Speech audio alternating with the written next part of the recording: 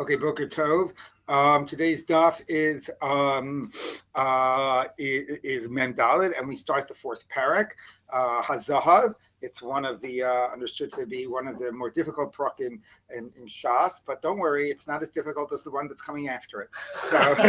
So anyway, I was optimistic. Yeah, exactly. Okay. Anyway, so let's take a look. Actually, though, with the recent events of last night. exactly. Oh my God. Anyway, I would say though that the beginning, at least, is pretty straightforward. So at least we get off to a good start. Let's take a look. Although it is interesting how the Masechet is shifting. You had two prakim about Metzia, one about being a shomer, although it really dealt with the special cases without ever dealing with laying down the basic principles of shomer, which is strange. And now we deal once more with have to do with like buying transactions, money transactions. Next, the fifth parak is going to do with lending money and ribbis. This parak has to do with not exactly lending money, although it's interesting. It starts to talk about exchanging money for money, but what it's really, at least, the beginning very much is focusing on is about kinyanim, about purchasing things. Now, to some degree, we dealt with kinyanim in Kiddushin. If you remember, talked about like, when do you do Hagbah, when do you do Mashicha, and so on. But this gets to not the question about like what act of kinyan do you do on a particular object, but how in halacha do you conceptualize what is defined as money and what is defined as objects. So let's take a look at that, because the halacha is if you sell me something, right, and it's chattel, it's metaltalin, it's not karka, the sale is finalized when I take possession of the object, whether that's a hagbah or a mashicha, lifting it up, drawing it to me. So whether I've paid you the money for it or not, that doesn't finalize the sale. So what finalizes the sale is take possession of the object. So normally it's very clear what's the object and what's money. Okay, we know what cash is, and the object is, and what money is. That's the coins that are used, etc. And the price in which things are given are quoted in the price of money, of money, and the objects is everything else. But let's say you are exchanging money. Now, the way we would think about exchanging money is I'm exchanging, dollars for euros, dollars for shekel. So when is the kinyan finalized? When the other guy takes the dollars, or when I take the shekel? All right, so that's one type of case. Literally different types of currency in different places. I don't think the Gemara deals with that. But what the Gemara deals with is exchanging money within one country. Okay, now if I'm going to give, here's 100, please give me it in singles. Okay, so what's the money and what's the object? Now you could say they're both money, but then that doesn't help. Then there's no kinyan that's done, right? Because the kinyan only takes place when the object is taken possession of, not when the money switches hands. You could, I guess, say that in that scenario they're both objects, but that's a little bizarre. I mean, presumably, and that is one of them. One or both of them really is functioning as money. So that leads to the interesting point of the first Mishnah, which is trying to identify what is defined as money and what is defined as objects within the world of currency. So let's take a look now at the first Mishnah. Hazav kones hakesef, hakesef ina kones hazav. So gold coins buys silver. Now again, what's complicated here is when I tell you gold buys silver, you think of the first thing I'm saying, the thing that buys as the money. Right? It buys the object. But you have to sort of reverse your way of thinking with this Mishnah, because what it means is when you take possession of the gold, that causes the other side to own the silver. So the gold is the object. Okay? Meaning the paradigm statement is, so I'm giving you my gold for silver. For so silver. When you take the gold, then I get the silver. Exactly. So it's metaltalin or konim, whatever, et hakesef. Okay, meaning that's the basic point, right?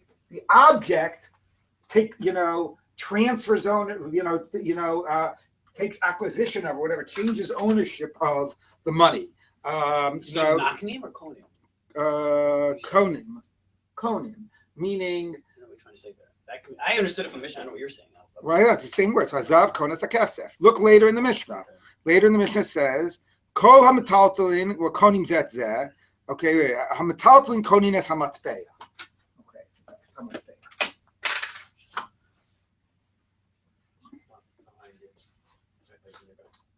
Where is it? is hanging on your left. Yeah, what you're saying is we should think about it the opposite way, right? Yeah. So fine. Yeah, meaning, so that's funny, right? You would say coins buy the chattel. You wouldn't say the chattel buys the coins. Okay, so you have to sort of reverse the way you're thinking about it. What it means is that when it says X is kona Y, it means X is the object and Y is the money. So the focus is to be doing the act of possession on X. And when you do the act of possession on X, then the other side owes the money. Okay, so hazav konet hakesef means if you're switching gold coins for silver coins, the money in this exchange is the silver coins, okay? And when you take possession of the gold coins, then the other side owes. Then the silver coins are owed. Hakesef eino kones hazav. But if one side takes possession of the silver coins, the gold is not yet owed. The sale is not yet final. Okay, so the first thing mentioned in this phrase, when X is kona Y, X is the object, Y is the money. Hanachoshes kones hakesef. So copper coins, right? It's copper, it's gold, silver, copper. Copper coins are kona silver coins. Copper is the object and silver is the money. But silver coins are not kona copper coins. Okay, 1 minute. Most are rose kona yafot. Bad money, which either means that it's completely been, invalidated. Money after, after the Civil War, right? The money from the southern states or whatever, Confederate money after the Civil War. That's what Rashi says. Tosa said that would be too obvious. What bad money here means is it's money that basically is not everybody will accept. It's like damaged. It's like, when Avraham buys, Stefan, it says over la socher, right? Which means that like anybody would accept the money. It's got like it's got a stamp on it. It's clear what its weight is, and so on. Whereas sometimes the money, either because it's a currency that is only accepted like locally, it's not a currency that's accepted, outside of your locale, outside of your town, or because the actual coins themselves are somewhat damaged. They ever try to sometimes pay something with like a crumpled up, really, really old dollar bill. The storekeeper, like he probably is legally required to. Well, here they do, but like in other countries they don't accept it. Right. So you could say, I'm not accepting this. This is whatever. This is totally crumpled up. So put it in the machine. Well, that's because don't accept the bad one; it'll come popping out. Yeah, that's because the machines can't do a good scan of it. That's not because it's for a different reason. Anyway, okay. Stolen money? We're not dealing with stone. That's not relevant here. So okay. So anyway, so if it's bad money, no, but you still want to buy. You're not buying necessarily at the same rate, right? I will give you. For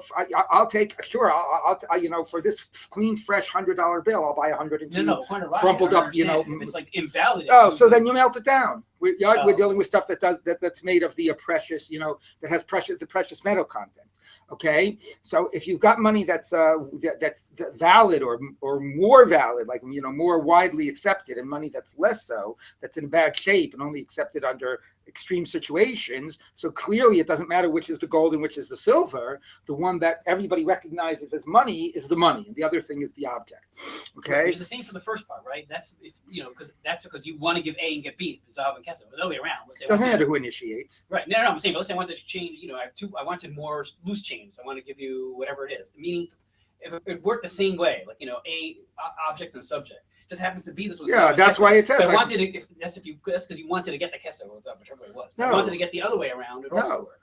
It makes no, what do you mean want? There's two sides of a transaction. One side wants one thing, the other wants the other. It makes no difference who's the initiator is, which is why the Mishnah says it in both ways.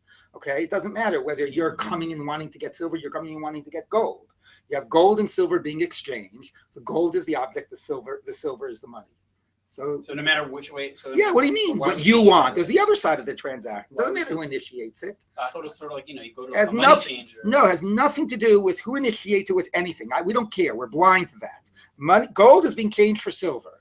Vis-a-vis silver, gold is the object. Silver is the more widely accepted currency. The way about thinking about it is, $1,000 bills and $100 bills. Okay, $1,000 bills. You want a $1,000 bill? You go into some, your special place to buy it or whatever. That's not currency. $100 bills are currency. I know about hundreds versus 20s. Maybe it depends which type of circles you circulate in. Okay, so that it has nothing to do with who the people are and who initiated it. All right, so Mozaros konas yafos. So bad money is the object, and good money is the money. But yafos ena konas as a rose. But if you take possession of the good money, then the other bad money has not. The sale is not final. a simon, which is a coin that has not been minted. Okay, so it's like the perfect, like it's exactly the right thing. It's got the what's called like the blank. Okay, and remember, all this has precious metal content. So its value probably, is the same in precious metal as after the minting. But once it's been minted, what minting would do is it would tell people you can trust that this is like pure silver of the said weight, right? That's what the act of minting would do. So you have this unminted coin. So that's asimon kones matbea. So that is an object vis-a-vis minted coins. And you use the word matbea from the word, that from matbea means to have been minted. The matbea ain't a kones asimon. But obviously the reverse is not true. The minted coin is if you take possession of it, the sale is not final because it is considered money vis-a-vis the asimon, which is the object. Okay, so now metaltalin konines hamatbeya. So now we get to what should have been the first point, right? That's like the paradigm statement. Okay, shadow, things that we all recognize are objects and not money. When you take possession of them, the money is owed. Matbeya ain't a kones metaltalin, but the reverse is not true. If you take possession of the money, the other side does not. The sale is not final. The other side does not own that now. The chattel. Kol metaltalin konin zeh. Now, not only that, but let's say you have two things.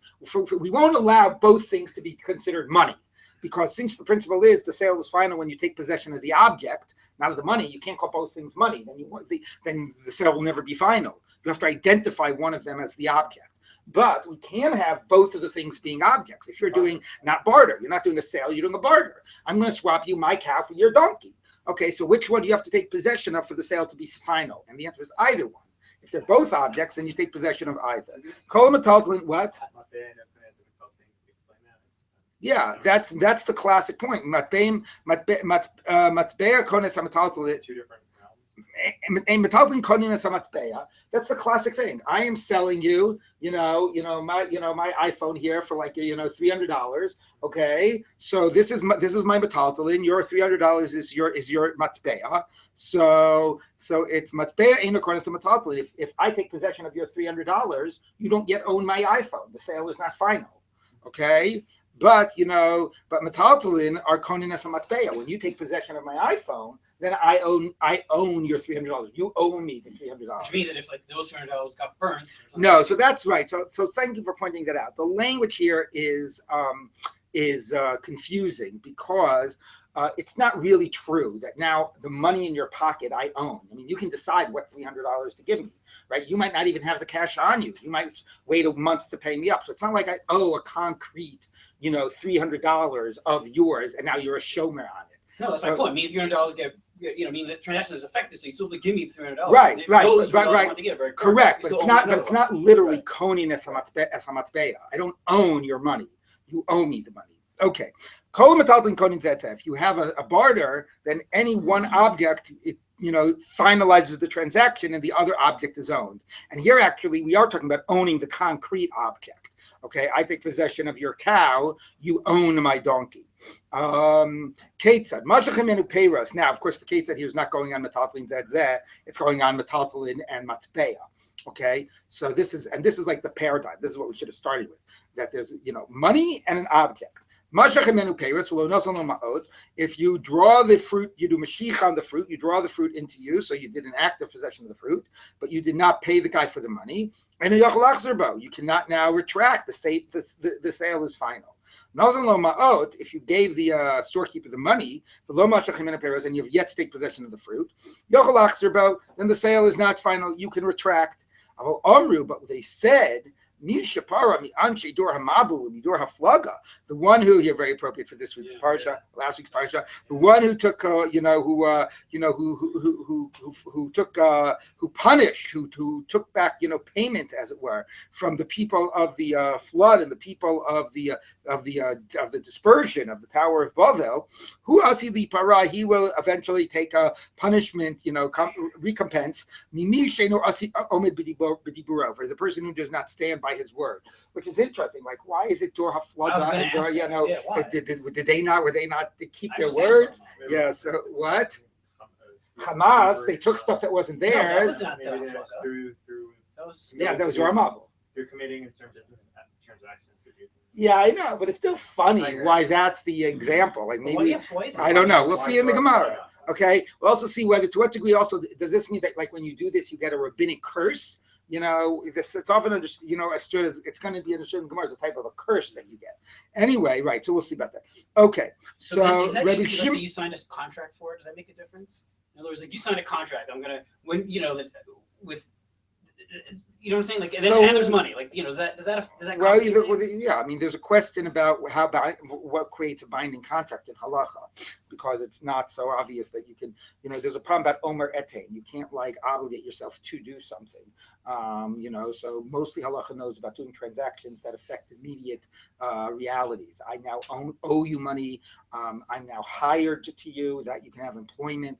You now own something, but a contract that sort of requires performance later and has consequences for lack of performance, whatever. That's a whole question about how halacha can even, does halacha even recognize that? So that's a different issue.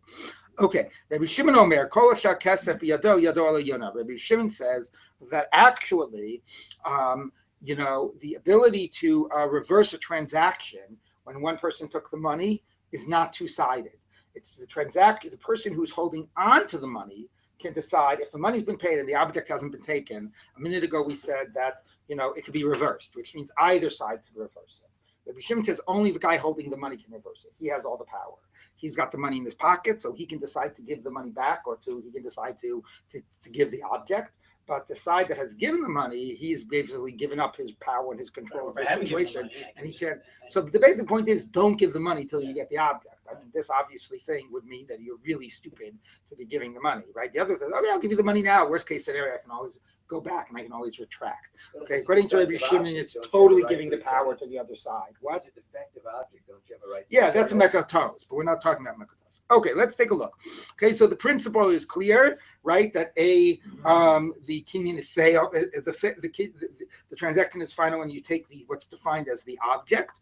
That there can be two objects, but there can't be two monies in any transaction. And if the sale isn't final, but the money changed hands, then that creates a middle level state where it's not fully binding. You can back out, but there is some consequence, this mishapara consequence. And according to Rabbi Shimon, actually, the right to back out is only on one side. Now, the Gemara is going to focus in on this first point about what is considered money when you're dealing with different types of money. Okay, Masni la Rabbi Shimon Brei. So Rabbi taught this Mishnah to Rabbi Shimon, his son. It's not the same Rabbi Shimon in the Mishnah, is it? No, the Rabbi Shimon of the Mishnah is Rabbi Shimon Bar Yochai. Hazav kones hakesef, which is the version that we have, which means that silver is money vis-a-vis gold. Amalei, Rebbe, he said to him, Rebbe, and certainly he didn't call him my father, so presumably he was calling him my master. Okay, Shani Salana B'Yaldutecha, you taught us when you were young. Okay, couldn't have been that young. He still was teaching his son. Anyway, you taught us in your youth, Hakesef Kones Hazav. Okay, that actually silver is the object and gold is the money. Now you're going to teach us in your old age, Hazav Kones Hakesef, the reverse, that gold is the object and silver is the money. So now the Gemara interjects, because we don't know what Rebbe answered, so the Gemara is going to interject. What was his position in his youth, and what was his position in his older age? In his youth, where he said that gold is always the money and silver is the object, he said, Dava d'choshiv have tiva. Gold is the most important, the gold standard. Okay? So everything else is relative to gold. Gold is the matbeya. Kaspa, the low chashiv, money that's silver, that's not as important, right? It's not as rare and it's not as valued in society and so on. Then have pera, that's considered the object, the fruit. And therefore the fruit is the fruit is the object vis-a-vis the gold, which is the money. Now, by the way, Rashi points out, and the Gemara is going to point out soon, here's another way of thinking about it, beyond just an arbitrary assigning of labels, which determines in this type of a transaction. Let's say that, when we were on the gold standard, right, wasn't there a fixed ratio of gold to silver? Was it 32 to 1 or something like that? Do people remember that? That's probably before you were. That's not before your time. I remember that there was some fixed 32-to-1 ratio of my time. Anyway, between of like the silver to gold. Okay, but if you really allow for a free market, but then and you have gold coins and silver coins, then at certain times, 25 silver coins. There'll be 25 silver coins for every one gold. Sometimes it'll be 20, and sometimes it'll be 30. Right? It depends on the relative value of the two. So let's say last year was 25 silver to 1 gold, and this year it's 20 silver to 1 gold. How do you articulate that? One way of saying it is that the price of silver went up, right? The other way of saying it is the price of gold went down. Okay, so which way do you think of it? So that reflects what basically is your base currency. Right? If your base currency is silver, so you define everything in terms of silver. So in that case, you would say the price of silver, the price of gold went down. I can get gold cheaper now. Price of gold went down. Right? But if gold is your basic currency, you say the price of silver went up. It costs me more money now to buy gold, to buy silver. Okay, so that is the question. When you have these currencies of different precious metals, and which have different relative values at different times to one another, which do you define as the currency, and which do you define everything else's price fluctuates vis-a-vis what you've defined as your base currency. Okay, so that's the question. So when he was younger. Okay, so when he was younger, he said that gold is the most important thing. So gold is the standard. That's the money, and everything else changes its price vis-a-vis gold. Because if you say Savar, in his old days, he said, no. Gold might be more valuable, but silver is much more in wide use, right? Because very few people can afford gold, and have gold coins. Okay, so the currency that everybody uses is silver. So therefore, silver is how you define what prices are.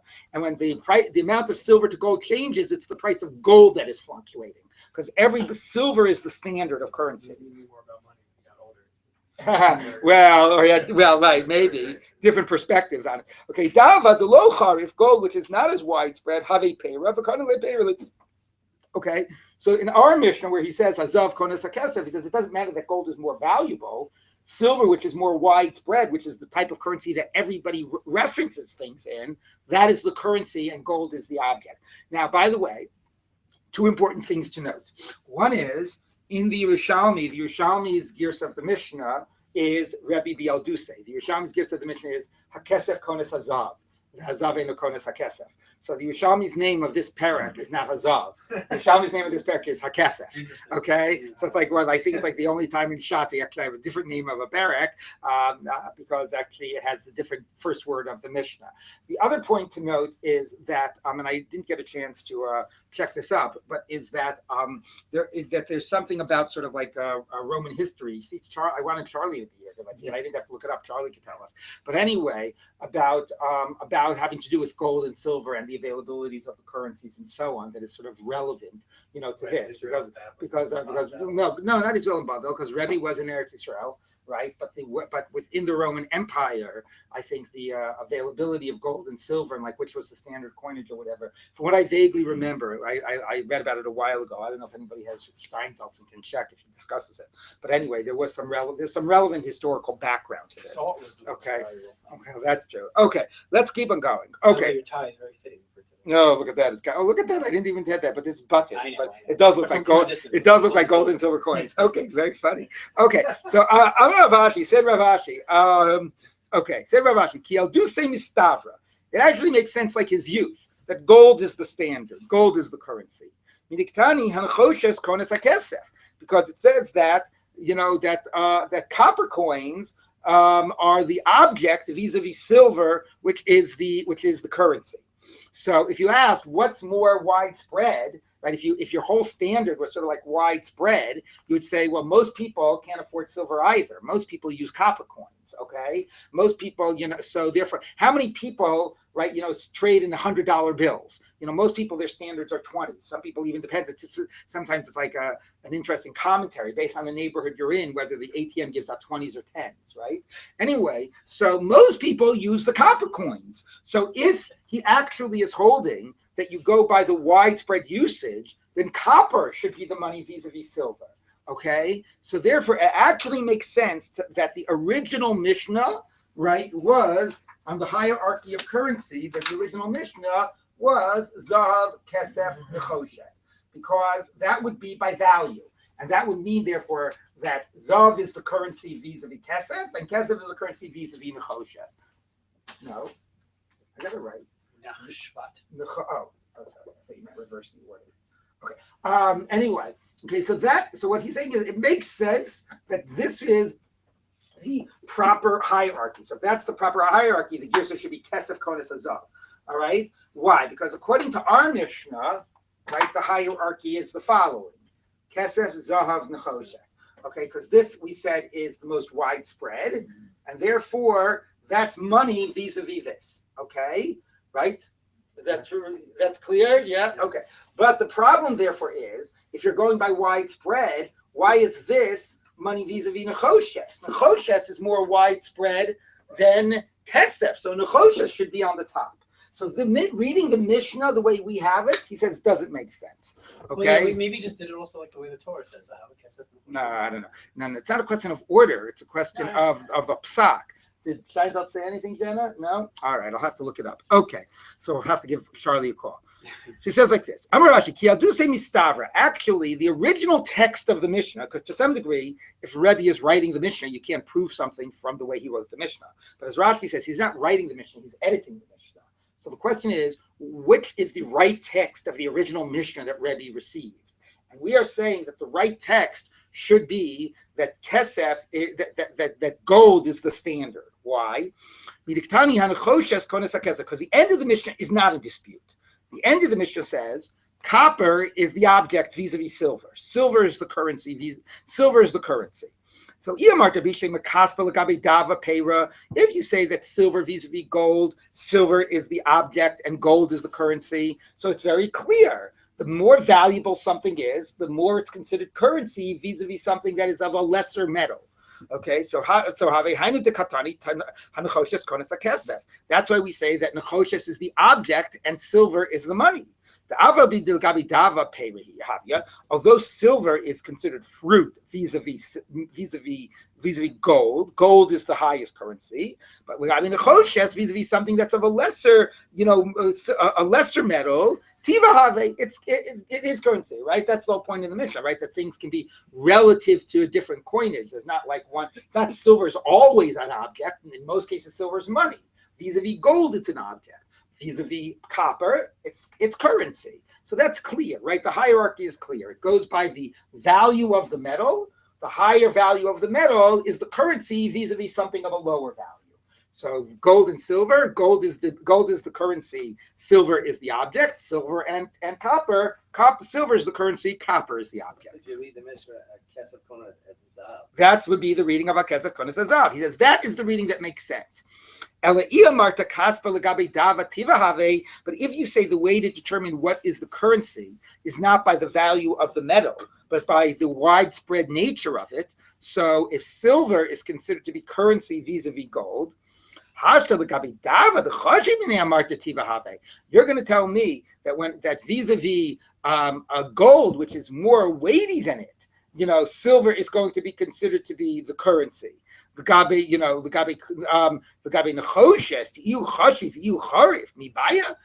it would be, why would you have to tell me that vis-a-vis, actually, so I confused you because I raised a wrong question, which we'll get to. I always do that. I jump ahead I'm thinking too much at the end of the discussion. Anyway, Gemara says it's obvious that if silver vis-a-vis gold is considered to be the currency, because even though it's not as valuable as gold, it's more widespread. So it's obvious that vis-a-vis, copper, it will be considered the currency because it's more valuable than copper. So there's two reasons to make it the currency. It's not logical because the response is copper is probably more widespread than silver, which is what, yes. Sorry, I have an email from Charlie that says silver was the standard metal for coins in the Roman Empire, but in the Middle Ages, gold coins had disappeared from Europe. So silver was the standard in the Roman Empire, which would explain Zignuse, but it wouldn't explain Yalduse, because that's what the end, Zignuse is saying. That was he listening live? Okay, anyway, yes. What I'm trying to understand is what I proposed earlier. I think obviously not. But like, I think a reasonable case anyway to be made for it depends on the exchange transaction. If I'm saying I want to buy gold from you. I heard that, Michael, but that's not the psak of the Mishnah. Let's keep on going. Okay. So it's true. So anyway, the Gemara is saying that not that the Mishnah would be wrong, but it would be obvious that if silver is considered currency vis-a-vis gold, it should certainly be currency vis-a-vis something of lesser value, something like copper. So the Gemara says, no, it's true. The Mishnah would have had to tell me that. Right, so I had jumped ahead.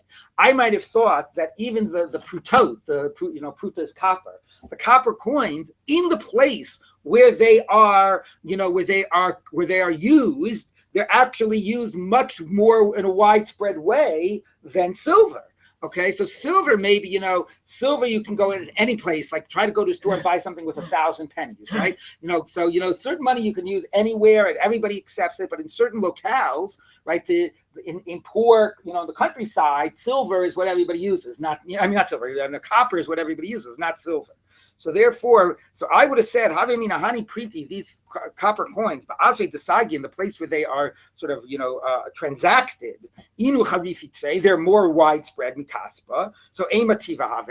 So actually, that's a reasonable point. If you go by, what is more in use, and that's why silver is the currency vis-a-vis gold. So maybe in certain locales, copper should be the currency vis-a-vis silver. Kamach Milan, we don't say that. Since there are places that don't accept copper coins, okay, so Peirahave, everything is framed in it is true. In some places, people will be so poor or whatever, nobody will ever use a silver coin, right? Everybody will always transact. But silver's always accepted. But silver's always accepted. And, silver defines the price. Like the standard of prices are defined in terms of silver, even if in a certain place you're going to use copper coins. So anyway, so that's what it says. So we have one way of understanding it, which is Rebbe in his youth, which is the gold is the standard, and the more valuable the metal, it's the currency vis-a-vis the thing of lesser value.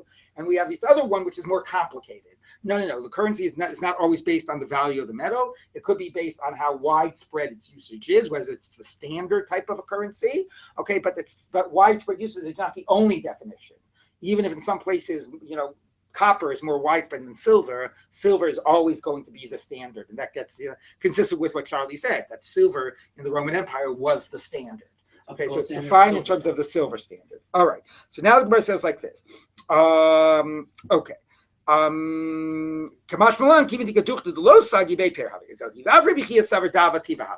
even Rabbi Chia held like Rabbi in his youth, okay, that gold was the standard. So it's the gold standard or the silver standard. Okay. Now some people are saying that we have to, we just read, right? The stock market plunged. People are buying gold. Okay. Anyway, very minyana de Yomi. Anyway, Tivare, the Rav Ozif dinare mi barte Rabbi Chia. Rav borrowed money from Rabbi Chia's daughter. So look at this. It's already fascinating. Rabbi Chia's daughter was a businesswoman. Okay. L'sof iyakir dinare. In the end, okay, the dinare, which were the gold, which are gold dinare, okay, their value went up. Meaning, originally he borrowed 10 gold coins. 10 gold coins at that time would have gone for 250 silver. But now, when it's time to pay back, okay, 10 gold coins is going for 300 silver. How much does he owe her? He didn't want to give her ribbis. So it's by giving her back 10 gold coins, you're giving her back, maybe that's ribbis. You're giving her back something that's worth more silver coins than what you borrowed. All right. But if gold is the standard, if gold defines the currency, then that just means that the price of silver has gone down. Gold is always seen to be the same. Everything else changes its price, its value vis-a-vis it.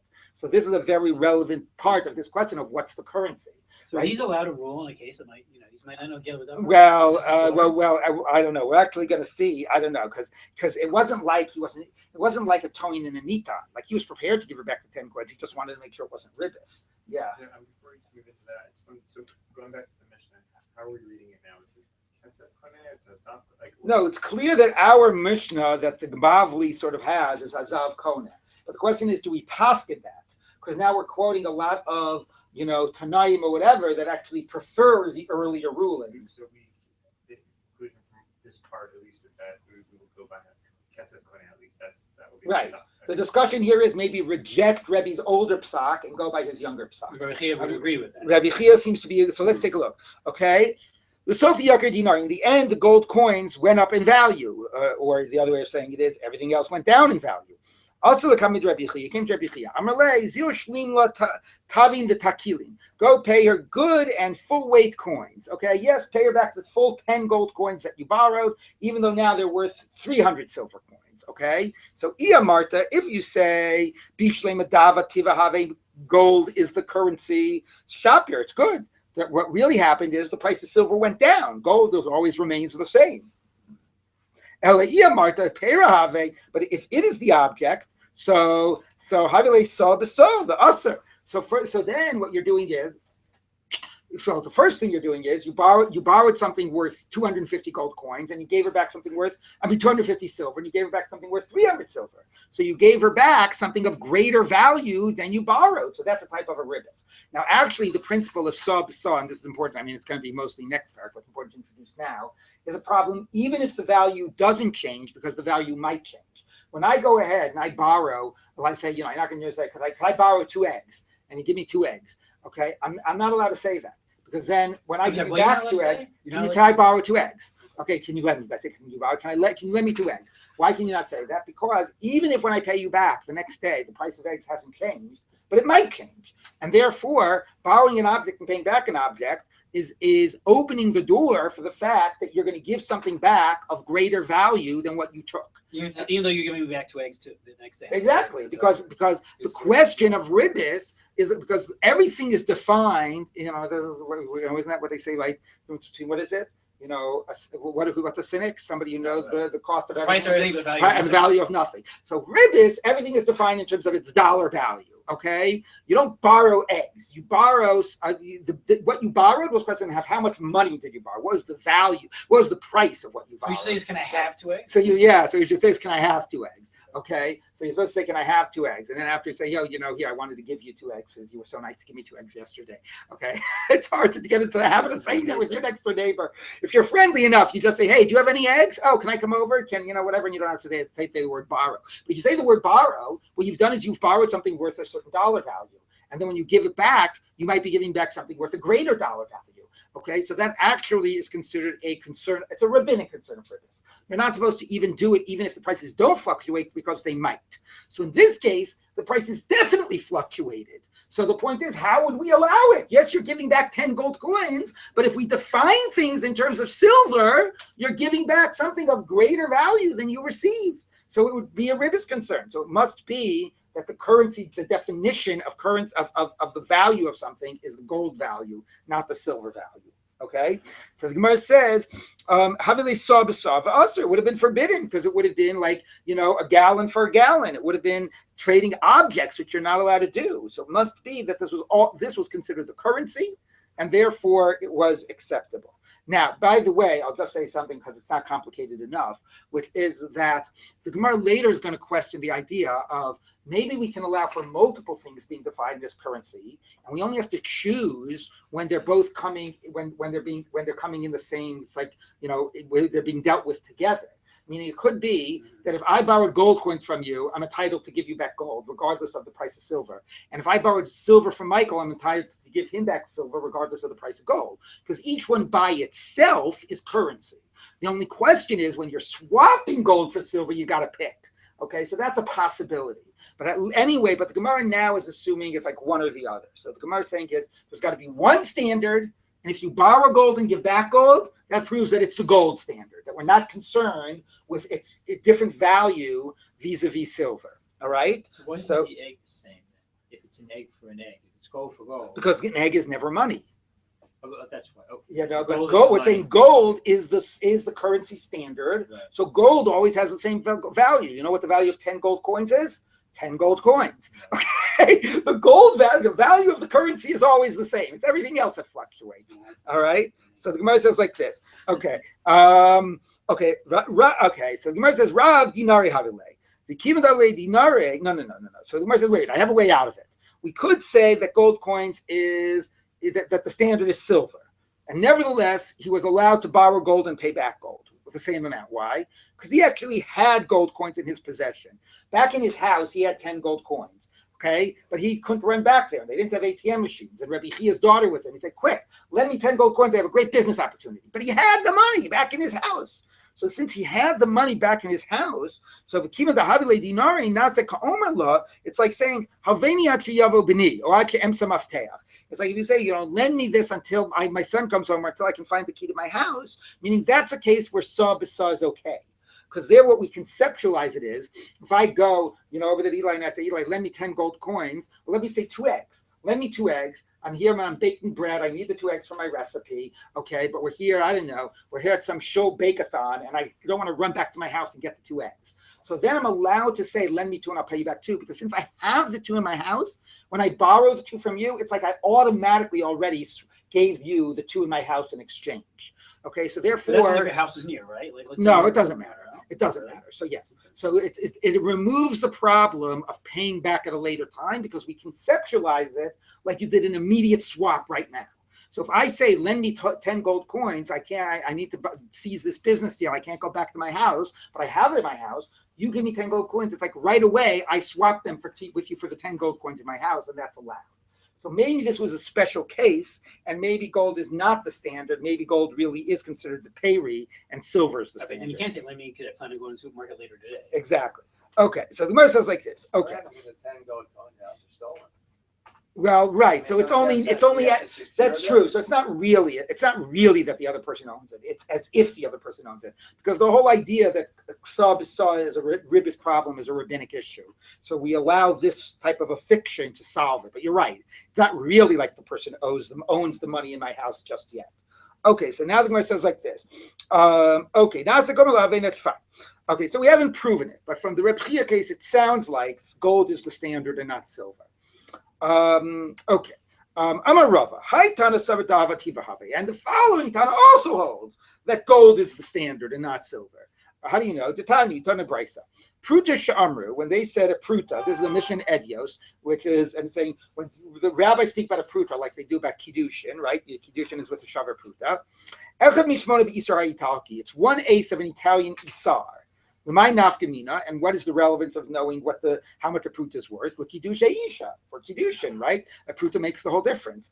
Okay, isar. Now, how much is an Italian isar? That's echad me esim v'arba b'dinar shel kesef. It's 1/24 of a silver dinar, which is times 8 is what? 160, 32, 192 prutas per silver dinar. Okay, so 1/24 of a silver dinar. Why is that relevant? For purchase. So what does that mean, purchase? So Rashi says that if you basically sell your purchase here, for Rashi doesn't mean purchase, it basically means money changing. If you're basically buying a silver dinar for like less than 24 what are these isars, then you might be cheating the seller. And if you're buying it for more than 24 isars, he might be cheating you. So it's just important to know the rate of exchange so people aren't cheated when they swap money. That's what Rashi. So that's sort of like saying they're always like 100 pennies to $1. Yeah, basically. Although yes, but Tosfos says it means something else. I'll get to Tosfos in a minute. Let's keep on reading though. Okay. A silver dinar is 1/25 of a gold dinar. For pidyon haben, because a pidyon haben is basically based on it's worth, a pidyon haben is 20 silver dinare. It's 5 shekel. A shekel is 4 dinar. So pidyon haben is 20 silver dinare. So a gold dinar here, a gold dinar is 25 silver. Pidyon haben, okay, for pidyon, it's 5 shekel, and a shekel is 4 silver dinar, so it's 20 silver dinar. Okay, that's pidyon haben. So if you have a gold coin and you want to use for pidyon haben, you know that 4/5 of it, right, is needed for pidyon haben, and 1/5 you get in return. So if you give the Kohen a gold dinar, he has to give you back 1/5 of the value of the gold coin, which under the normal exchange rate would be 5 silver coins. Okay. Now, why is any of this? How does any of this prove that gold is the standard? So let's take a look. So the Gemara says like this. So, okay. If you say gold is the standard, is the currency, so so how could if it's the currency, then it makes sense. Then it's defining your pidyon ben with the fixed amount. 1 gold coin for pidyon ben, or 4/5 of a gold coin for pidyon ben. However much silver and other things fluctuate, the value, this is the standard, and 4/5 of this is the value of pidyon ben. Everything else, shekel, dinare, everything else is relative to this standard.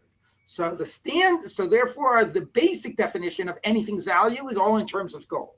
Okay, so what percentage of a gold coin? So therefore, in the end, the pidyon ben we're saying is 4/5 of the gold Right, just coin. make sure Right? this is our mission was silver, right? Yeah, this is against the Mishnah. Right, this is Okay, so There are other parts of that piece. the earlier part of the Mishnah, I'm going to get to it. Okay, good. So I'm going to get to it. But if gold is payrot, it's not the fixed standard. So how could you be saying, the pidyon ben is like 4/5 of a gold coin? But that's not always going to be the same value, right? If you define value based in terms of silver value, that the value of gold is going to fluctuate. And therefore, what's that word? The mahadale kana, zingin the mosif lakana. The mosif lakana. Sometimes the Kohen will have to give you back more because the value of silver has, I'm not getting lost. Anyway, it has changed in one of the directions. I can't think it through. Anyway, sometimes he'll give you back less because of the changing value of silver. So if silver were the standard, you cannot say, the amount of pidyon ben is 4/5 of a gold coin, because it really matters how much silver does that gold coin buy. So clearly, if we're saying pidyon ben in terms of the gold coin, it means that the gold is considered fixed and everything else fluctuates vis-a-vis gold. So you see that gold must be the standard. That is a good proof, and therefore the amount of pidyon ben is fixed. Now comes along Eli and he says, it's all very nice for the end of the Mishnah. Let's go back to something even more important than pidyon ben. Kiddushay isha. How about a woman's personal status? That says a pruta vis-a-vis, an isan vis-a-vis a silver. So if you're going to sort of determine, whether the woman is married based on, is it 196th of a silver dinare, but sometimes that might not be a pruta because that might be less gold than it was, than this. Maybe it's a different status vis-a-vis the gold. So, that should prove that silver's a standard, right? Because you're going to define the copper pruta vis-a-vis a silver dinare. So what? That's like the common That's usage and not the tiva. It's the hari aspect. Yeah, but the Gemara is still saying if you want to determine that you need a minimum value of something to do something, you have to define, right? Whether, now you could say it's always 1 pruta regardless of what its value is vis-a-vis silver. It's always X amount of silver. You could sort of say that everything can equally be a standard unless they're in competition with one another. But the Gemara is basically understanding that one thing has to define whether this was a good pidyon ben. So that's true, but silver seems to define the percent, the amount of a pruta would seem to be defined whether it's a good kiddushay isha. So that seems to say that silver is a standard. So how does this prove one over the other? So Tosa says that no. What this means is the reason the Mishnah here keeps on going up. X amount of coins per Isar, X amount per silver dinari, X amount of silver dinar per gold dinari, means that everything lower on the list is defined in terms of the thing at the end, is defined in terms of the gold. So the amount of, is this pruta really worth the pruta, is whether it's whatever percentage it is of the gold coin. And if right now it actually is less of a percentage of the gold coin, this pruta, then this pruta is not worth a pruta. This pruta is not good enough for kiddushay isha.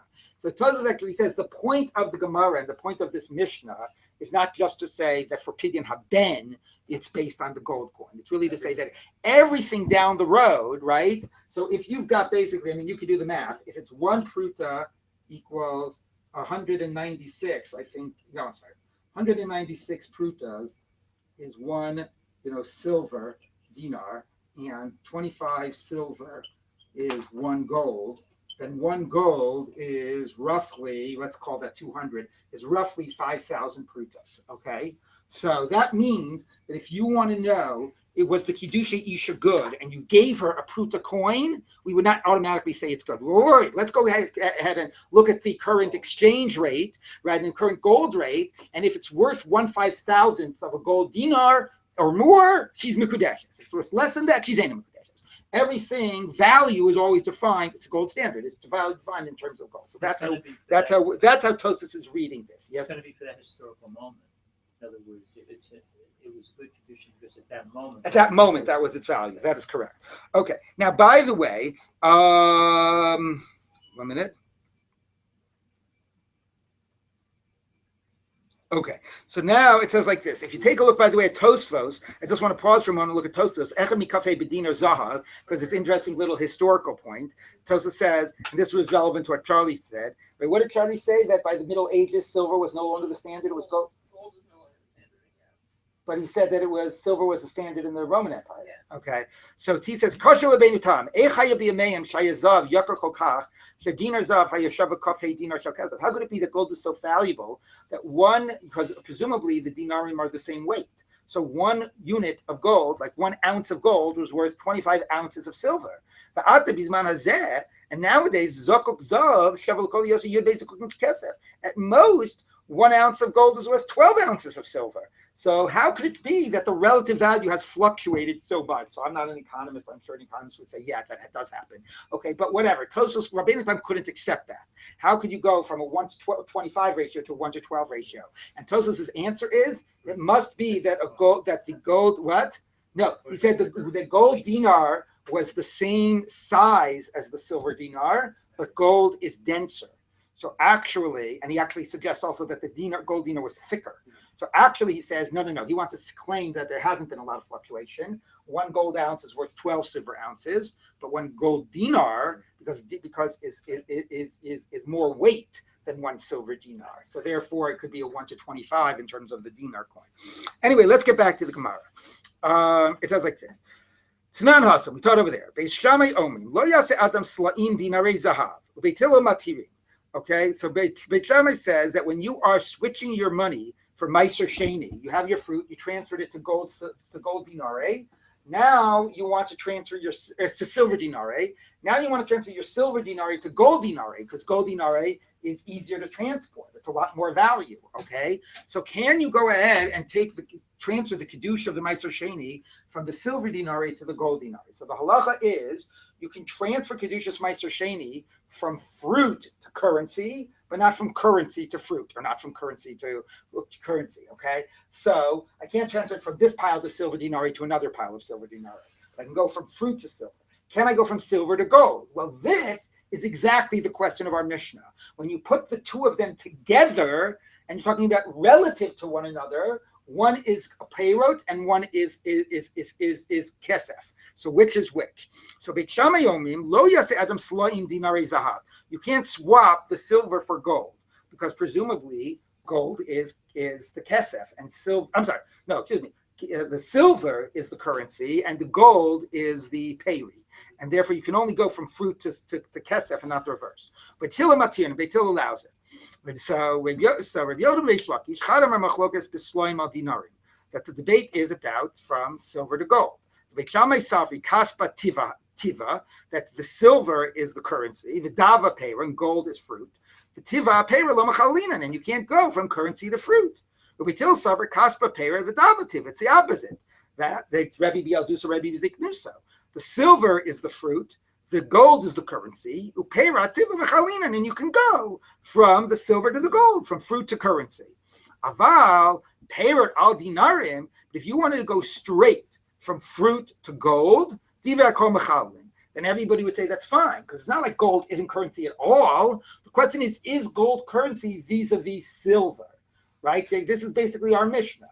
But gold vis-a-vis real fruit, of course gold is currency, and everybody would say that's okay. My time, media dahave, a kesef lebeit Hillel. The same way silver works for Beit Hillel.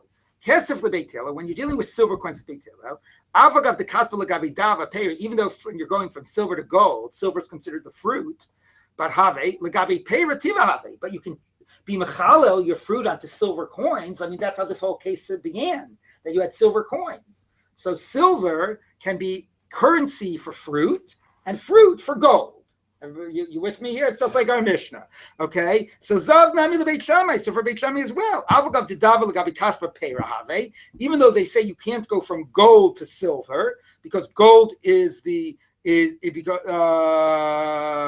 sorry, you can't go from silver to gold because gold is fruit in that scenario when it's silver and gold combined. Gold is fruit, so you can't go from silver to gold. But if you're dealing with real fruit and gold, you can transfer it. Okay, so this is like straight our Mishnah.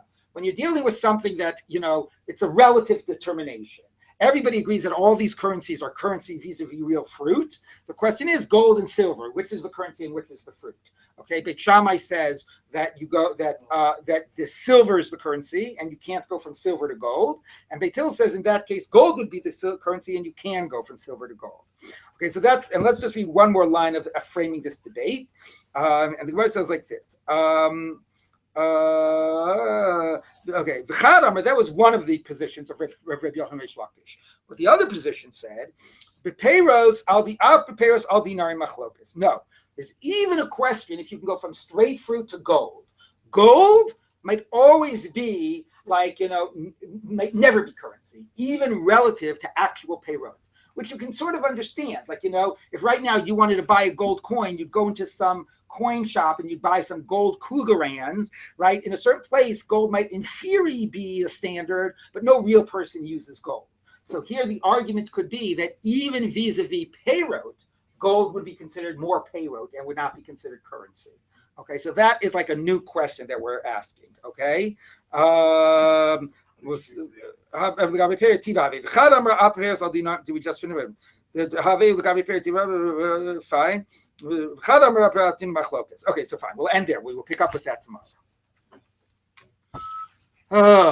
See, we lost our